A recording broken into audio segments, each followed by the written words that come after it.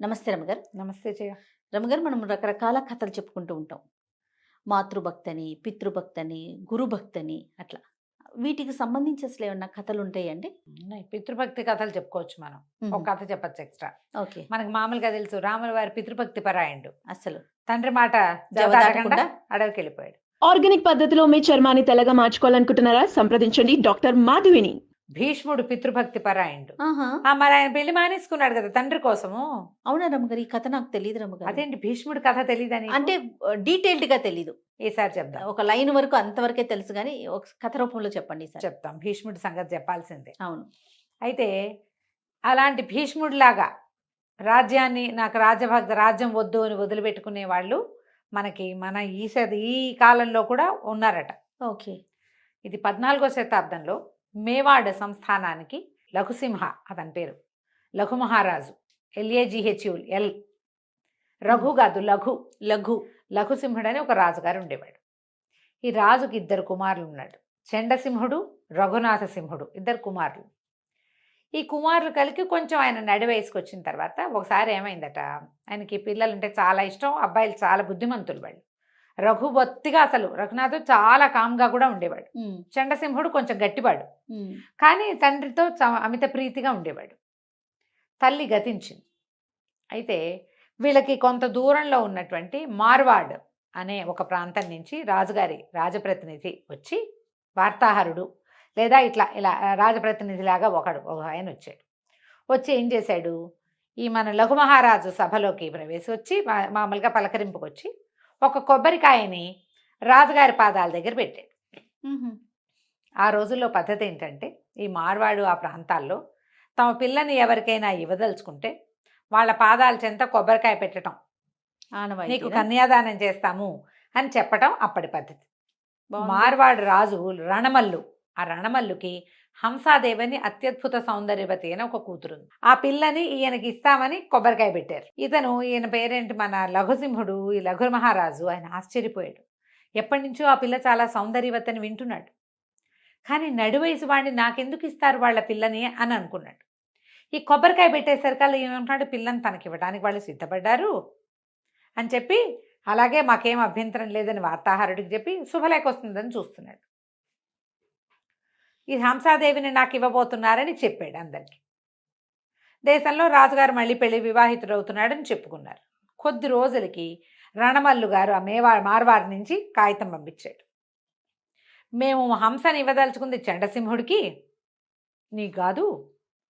మా వార్తాహరుడు చేసిన పొరపాటు వల్ల చండసింహుడి పాదాల దగ్గర పెట్టవలసిన కొబ్బరికాయ పెద్ద కుమారుడి దగ్గర, రాకుమారుడి దగ్గర పెట్టాల్సింది రాజుగారి దగ్గర పెట్టాడు. మా ఉద్దేశం మాత్రం మేము చండసింహుడికే ఇస్తాం పిల్లని. అలాగైతే మాకు ఓకే, నీకు ఇచ్చే ఉద్దేశం మాకు లేదు అనేసరికి ఈయన చాలా హర్ట్ అయిపోయాడు. ఆయన హర్ట్ అయ్యి బాధపడ్డాడు. కొంచెం సన్నిహితుల దగ్గర తెలుసుకుని ఈ చండసింహుడు ఏమనుకున్నాడు, చండు అని రాస్తారు, ఇతను మార్వారు వెళ్ళాడు. వెళ్ళి, మీ వార్తాహరుడు ఏం చేసినా సభలో జరిగింది ఇది, మా తండ్రి వివాహానికి సిద్ధపడ్డాడు, పిల్లనిచ్చి పెళ్లి చేయమంటే నీకు ఇస్తాం కానీ మీ నాన్నకు ఇవ్వమన్నారు. ఇతను అన్నాడు, కాదు, ఏనాడైతే మీరు పంపించిన నారికేళం మా పితృపాదుల పాదాల దగ్గర పెట్టబడిందో దాన్ని మా తండ్రి ఎప్పుడు ఒప్పుకున్నాడో అప్పుడే హంసాదేవి మాకు మాతృస్థానంలో స్థిరపడింది. ఆమెని మా తండ్రికి ఇచ్చి వివాహం చేయటమే సరైన పని. పెళ్లి చేస్తారా, యుద్ధం చేస్తారా? అయ్యో అనేసరికి రణమల్లి ఏమన్నాడు, వాళ్ళది కొంచెం చిన్న సంస్థానం వీళ్ళకంటే. అట్లా కాదయ్యా, పోనీ నువ్వేదో ఇట్లా అంటున్నావని మేము ఒప్పుకున్నామనుకో, మా పిల్లని మీ నాన్నకిచ్చి పెళ్లి చేస్తాం. రేపొద్దున సంతానం కలిగితే రాజుగారి పిల్లలు అవుతారు, కానీ రాజులు ఎవరు? నీకు ఇవ్వదలుచుకుంది ఎందుకు? రేపు మీ నాన్న తర్వాత నువ్వు రాజు అవుతావు. మా మనవడు, మా దౌహిత్రుడు రాజకుమారుడు అవుతాడు, తర్వాత రాజు అవుతాడు. నీ తర్వాత నువ్వు జ్యేష్ఠుడివి, నీ జ్యేష్ఠ కుమారుడు రాజు అవుతాడు. రాజు అవ్వటానికి ఉండవలసిన దౌహిత్రుణ్ణి ఒట్టి రాకుమారుడిగా రాజుగారి చిన్నబ్బాయిగా చేయటం నాకు ఇష్టం లేదు. మా అమ్మాయికి పుట్టబోయేవాడు రాజు అవ్వాలని కదా అనుకున్నాం మరి అనేసరికల్లా చండు అన్నాడు, మా నాన్న కోరిక తీర్చండి, మీ మనవడే రాజు అవుతాడని చెప్పాడు. ఆయన వివాహానికి సిద్ధపడ్డాడు. ఆయన పరువు పోతుంది. నాకు రాజ్యం అక్కర్లా, మీ హంసాదేవికి కలిగిన కుమారులకే రాజ్యార్హత, మాకు రాజ్యం అక్కర్లేదు. అని ఒప్పుకున్నాడు.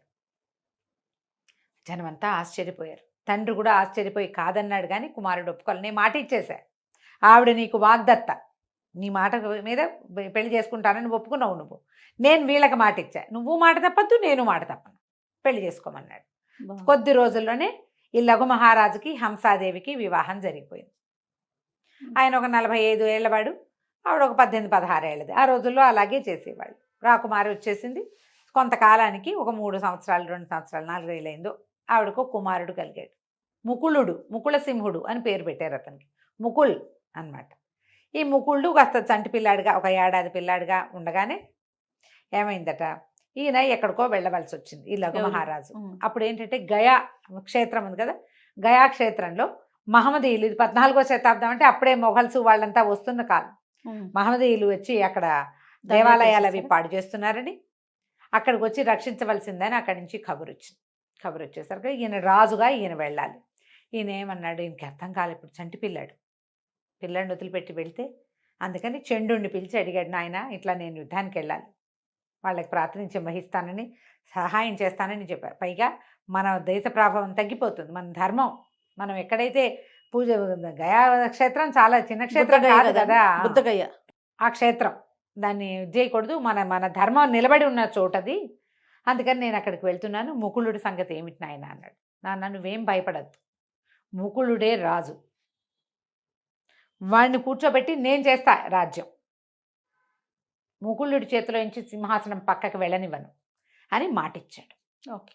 ఈయన సంతోషంగా పెద్ద కొడుకు చేతిలో చిన్న కొడుకుని పెట్టి వెళ్ళిపోయాడు.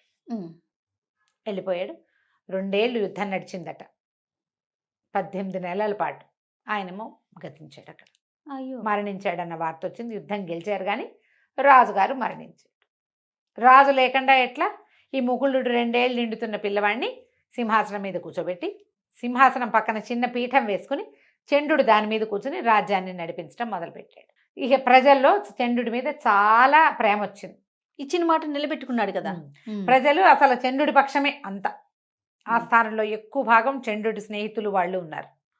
ఈ హంసాదేవికి మెల్లిగా భయం వచ్చేసింది. పిల్లాడే రాజైనప్పుడు సంతోషం వచ్చింది, కానీ క్రమంగా చండు ప్రాభవం పెరిగిపోతుంది. రేపు నాటికి పిల్లాడిని ఏమైనా చేస్తే, అయితే ఇలాగ మెల్లిమెల్లిగా పెరిగేసరికి చండుకి తెలిసిపోయింది ఇలా ఆవిడ అనుకుంటోంది అని. అయితే ఏం చెప్పాడంటే, అమ్మా నువ్వేం భయపడద్దు, మా నాన్నకి మాట ఇచ్చాను, నువ్వు ఇక్కడే ఉంటే వీళ్ళందరూ నీ వైపే చూస్తారు కానీ నా కొడుకు వైపు చూడరయ్యా, నాకు అది భయం అంది. సరే నేను ఇక్కడి నుంచి వెళ్ళిపోతాను, వేరే ప్రాంతానికి వెళ్ళి స్థిరపడతాను, నా సొంత ప్రపంచం ఏదో నేను నిర్మించుకుంటాను, పిల్లాన్ని జాగ్రత్తగా చూసుకోమని చెప్పి తమ్ముడైన రఘునాథుడు, అతని మెతకవాడు, ఆ రఘునాథుడిని మాత్రం ఇక్కడ ఉంచి తన స్నేహితులు తన పరివారంతో ఎవరైతే తనని ఫాలో చేయదలుచుకుంటారో వీళ్ళతో కలిసి వేరే ప్రాంతానికి వెళ్ళిపోయాడు.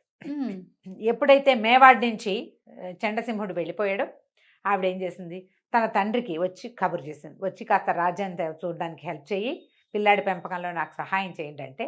ఇది మహాద్భుతమైన రాజ్యం మేవాడు, చిత్తోడ్ గఢ్ అని చెప్పుకుంటాం కదా, ఆ గఢ్ ఉన్నది వీళ్ళకి. చాలా ఆస్తిపాస్తులు ఉన్నది, ఎంత సంపద ఉందో అక్కడ, ఎంత పంటలున్నాయో, సిరి సంపదలతో తులతూగుతున్న రాజ్యం ఇది. సో పుట్టింటికి కబురు చేసుకుంది. మరి తండ్రి తమ్ముడు కావాలి కదా సహాయానికి. ఆవిడ అన్నదమ్ములు వీళ్ళంతా కలిసి ఊసర క్షేత్రం, అది తొండల గుడ్లు పెట్టే క్షేత్రం, ఊళ్ళు అవి. మార్వాడు అంత మంచిది కాదు, మార్వాడు రాజ్యం చిన్నది, అక్కడ పెద్ద డబ్బు లేదు, రాజ్యమే ఉంది కానీ ఇంత సిరి సంపదలతో తులతూగేది కాదు. ఈ ఊసర క్షేత్రంగా ఉన్న ఈ మార్వాడిని వదిలిపెట్టి మేవాడు రాజ్యానికి షిఫ్ట్ అయిపోయారు వాళ్ళు. అక్కడ ఎవరికో అప్పచెప్పేసి అది చూస్తారు, అది వీళ్ళ కిందే ఉంటుంది. పెద్ద వాళ్ళంతా తండ్రి అన్నదమ్ములు ఇక్కడికి వచ్చేసారు. క్రమంగా రాజ్యంలో వీళ్ళ గట్టి చేసుకున్నారు. ఇక ఎట్టి పరిస్థితుల్లో అతన్ని రానివ్వకూడదు, చండుని ఇక్కడికి రానివ్వకూడదు. అంతఃపురం మీద వీళ్ళదే పెత్తనం, పుట్టింటి పెత్తనం చాలామంది చేస్తారు చూడు, ఇప్పుడు కూడా అట్లా. రోజులు గడుస్తుంటే ఏమైంది, ఒకనాడు సభ తీర్చి ఉన్నారు. ఆవిడ చాలా గట్టిగా ఉన్నారు, తెలుస్తోంది ప్రజలకి ఆవిడ పుట్టింటి వాళ్ళ ప్రభావం హెచ్చుగా ఉంది అని. ఆవిడ అన్నదమ్ములు కూడా కొంచెం తీవ్రంగానే ప్రవర్తించేవాళ్ళు.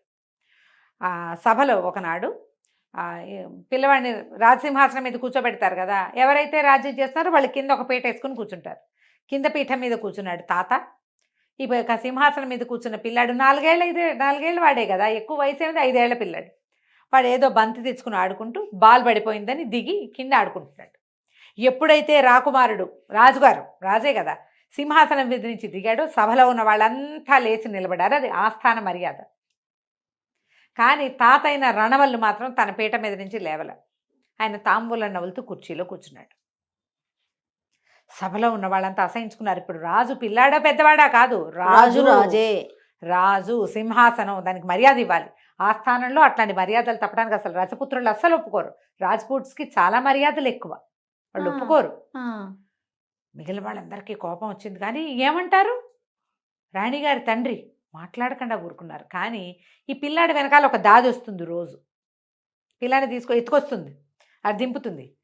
వాడికి ఏమైనా ఆకలిస్తుంది, అవి ఇవి మంచినీళ్ళు కావాలి, ఏమైనా కావాలంటే ఇస్తుంది. సభ అంతా అయిపోయాక పిల్లాడిని ఎత్తుకు తీసుకుపోతుంది. అక్కడ నుంచున్న దాది చండసింహుడిని పెంచింది. దాదే పిచ్చి కోపం వచ్చేసి పిల్లాడిని ఎత్తుకుని వెళ్ళి, మీ నాన్న ఏం చేస్తున్నాడో తెలుసా, కనీసం నీ పిల్లాడు రాజు అతనికి మర్యాద కూడా ఇవ్వటం లేదు. పిల్లవాడికి మహారాజుకు మర్యాద ఇవ్వద్దు, రాణాకి మర్యాద ఇవ్వని వాడు అసలు ఈ రాజ్యంలో ఉండకూడదు, నువ్వు వాళ్ళని తెచ్చి పెట్టావని చెప్పేసరికల్లా ఆవిడ ఏం చేస్తుంది, తండ్రిని పిలిచి, ఇట్లా చేస్తున్నావా నువ్వు, ఇది పద్ధతేనా, ఆస్థానంలో అందరూ ఏమనుకుంటారు, మా రాజ్యంలో ఏ పద్ధతో ఆ పద్ధతి ప్రకారం నువ్వు నడవాలి అనేసరికల్లా ఆయన ఈడ్చొకడు కొట్టాడు కూతురు. నోరు మూసుకుని పడుండు, నీ పెత్తనం ఏంటి, రేపొద్దున దీనికి రాజు నేను, ఏమైనా పిచ్చి వేషాలు వేసామంటే పిల్లాన్ని నిన్ను కూడా లేపేస్తామని బెదిరించి. దుఃఖం వచ్చేసింది, ఏం చేయాలో తెలియలే ఆవిడికి. ఇంతలో ఏమైంది, కొద్ది రోజులు గడిచాక రఘునాథుడిని సింహుడిని సంహరించేశారు. రెండో రాజకుమారుడు అంటే చండసింహుడి తమ్ముడు. ఇప్పుడు ఆయనకి మందు పెట్టి మరణించేలాగా చేశారు. ఎప్పుడైతే ఆవిడ తను మరణించాడో ఇంకా తన వంతు తన పిల్లాడి వంతు ఈవిడికి తెలిసిపోయింది. ఇక చాలా దుఃఖపడి ఎలాగైనా చండు రావాలని, ఆవిడకి ముందు ఏమనిపించింది, ఇతను ఏం చేసేస్తాడో అనిపించింది. ఏం చేసినా ఆ రాజ్యానికి రాజు అతను, అది అసలైన వారసుడు. ఇప్పుడు వేరే వాడిని తెచ్చి తను కూర్చోబెట్టింది కాదు, అంతే. అక్కడ తనకి మర్యాద లేదు. కనీసం ఆ పిల్లాన్ని ఏమైనా చేస్తే ప్రజలు ఏమైనా అనుకుంటారని భయం ఉండేది చండుడికి. వీళ్ళకేం భయం, ఈ ప్రజలు వీళ్ళ వాళ్ళు కాదు, మీ జాతి కాదు, మా కులం వేరు, మీ కులం వేరు, అలాంటి ధోరణులు ఉండేవి. దాంతో ఈవిడ కబురు చేసేసరికి అంచెలంచెలుగా చండుడికి కబురు అందింది, తన తమ్ముడు మరణించాడని, యువరాజు అదే పసివాడైన రాజు ప్రాణాలు ప్రమాదంలో ఉన్నాయని, హంసాదేవి తీవ్ర దుఃఖంలో ఉందని కబురు వెళ్ళిపోయేసరికి చంద్రుడు ఏం చేశాడు, ఒక ప్లాన్ ప్రకారం చేశాడు. ముందు తన స్నేహితుల గుంపందని పంపించాడు. తను రాకుండా ఈ గుంపంతా వచ్చారు. మిగిలిన స్నేహితులు వచ్చేసరికి ఊళ్ళో వాళ్ళంతా ఎందుకు వచ్చారంటే, ఆ ఎన్నాళ్ళు ఉంటాం, మన రాజ్యం వదిలిపెట్టి, చంద్రుడు రానన్నాడు వెనక్కి, ఇక అతను వదిలిపెట్టి మేము వచ్చేసాం అని ఆ స్థానంలో కొలువుల్లో ఉన్నవాళ్ళు ఆ స్థానంలో చేరిపోయారు. వీళ్ళు మనుషులు గుంపుగా వెళ్ళారంటే, ఓ 10 మంది వెళ్ళారనుకో, 10 మందికి ఒక్కొక్కడికి 1800, 700 చొప్పున సైన్యం ఉంటారు. అందరు రాజ్పూట్సే కదా, ఎవరి గుంపు వాళ్ళకు ఉంటుంది. మొత్తం అన్ని సమూహాలు ఊళ్ళోకి చేరిపోయినాయి. మొదట అక్కడి నుంచి ఎప్పుడైతే వీళ్ళంతా వచ్చి కొలువుల్లో కుదురుకుని ఈ పిల్లాడిని పహరా కాసేస్తున్నారనమాట, పిల్లవాడికి ఏ ప్రమాదము రాకుండా. ఆవిడ రోజులు గడిచే కొందుకి ఆవిడ ఏం చేసింది, ఏదో లక్ష్మీ పూజ చేయాలని కొంచెం దూరంగా ఉన్న ఒక దేవాలయానికి రాజకుమారుడిని తీసుకెళ్తున్నానని, రాజుని తీసుకెళ్తానని ప్రచారం చేసింది. ఆవిడ ఏదో పూజలు పెట్టుకున్నాను అని చెప్పి ఈ 5-6 సంవత్సరాల వయసు ఉన్నటువంటి ఈ ముకుళ సింహుడిని కూడా తీసుకుని రాజుతో సహా వెళ్ళాలని చెప్పి వెళ్ళేసరికల్లా సరే వెళ్ళేటప్పుడు మరి రాజు వెళ్ళాలంటే కదిలి ఆయన ఒకడు వెళ్ళడు కదా, ఆయనతో పాటు ఎంత పరివారం, ఎంతమంది అంగరక్షకులు ఇదంతా వెళ్తారు, పెద్ద గుంపు పోయింది. ఆ గుంపు అంతా వెళ్ళేసరికి అక్కడి నుంచి చండసింహుడి గుంపు కూడా దానికి యాడ్ అయ్యింది. ఆ ఊళ్ళో నుంచి ఈ గుంపు ఆ గుంపు మొత్తం వచ్చేసినాయి. ఈ ప్రజలు ఇక్కడ ఉన్న రాజుగారి మావగారు ఏమనుకున్నారంటే, రాజకుమారుడి సైన్యం వెళ్ళింది, రాజకుమారుడి సైన్యమే వచ్చింది అనుకున్నారు. కానీ అందులో చండుడు చేరాడని తెలుసుకోలేదు. లోపలికి రావటం ఏమిటి, అంతకుముందు కొంతమంది సైన్యం ఇక్కడ ఉన్నారు కదా, మార్వాడి నుంచి వచ్చిన వాళ్ళందరినీ తొలగించేశారు 3 రోజుల్లో, తమ సైన్యమే. అక్కడి నుంచి వెంటనే యుద్ధభేరి మోగించి మార్వాడి సైన్యం మొత్తాన్ని తొలగించేశారు. రణమల్లుని కూడా సంహరించారు.